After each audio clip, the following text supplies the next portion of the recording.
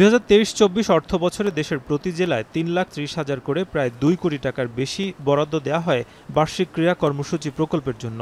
কিন্তু প্রকল্প বাস্তবায়ন না করে অর্থ আত্মসাতের অভিযোগ ওঠে ক্রীড়া পরিদপ্তরের বিরুদ্ধে।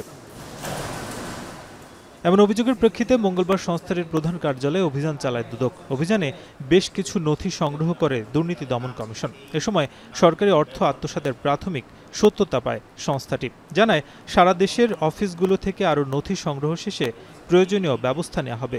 বরাদ্দ দিয়ে ফেলছে, দেন আপনার ধরেন ইভেন্ট ছিল, সাঁতার প্রতিযোগিতা ছিল বা এই টাইপের যে ইভেন্টগুলো ছিল, তো সেই ইভেন্টগুলো হওয়ার আগে দেখা যায় আপনার ইভেন্ট না করে আপনার যে টাকাটা সেটা তুলে ফেলছে।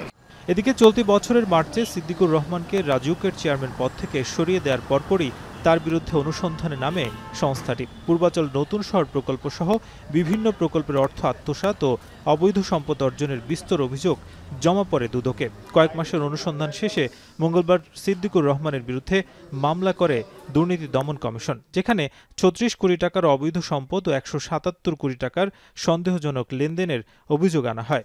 অসাধু উপায়ে অর্জিত ও জ্ঞাত আয়ের সাথে অসঙ্গতিপূর্ণ 36 কোটি টাকার বেশি সম্পদ অর্জন, ভোগ দখলে রাখা এবং নিজ এবং ব্যবসায়ী প্রতিষ্ঠানের মোট 57টি ব্যাংক হিসাবের মাধ্যমে 177 কোটি টাকার বেশি সন্দেহজনক লেনদেনের অপরাধ প্রাথমিক অনুসন্ধানে প্রমাণিত হয়। দুর্নীতি দমন কমিশন তার বিরুদ্ধে একটি মামলার অনুমোদন দিয়েছেন।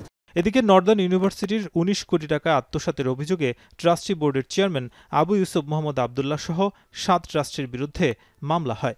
Northern university, international business, agriculture and technology trust বিভিন্ন পদের দায়িত্ব পালনকালে প্রতিষ্ঠানসমূহের তহবিল থেকে 19 কোটি টাকার বেশি আত্মসাতের অভিযোগে প্রতিষ্ঠানটির চেয়ারম্যান আবু ইউসুফ মোহাম্মদ আবদুল্লাহ সহ মোট 7 জনের বিরুদ্ধে দুর্নীতি দমন কমিশন একটি মামলা রুজু করেছে।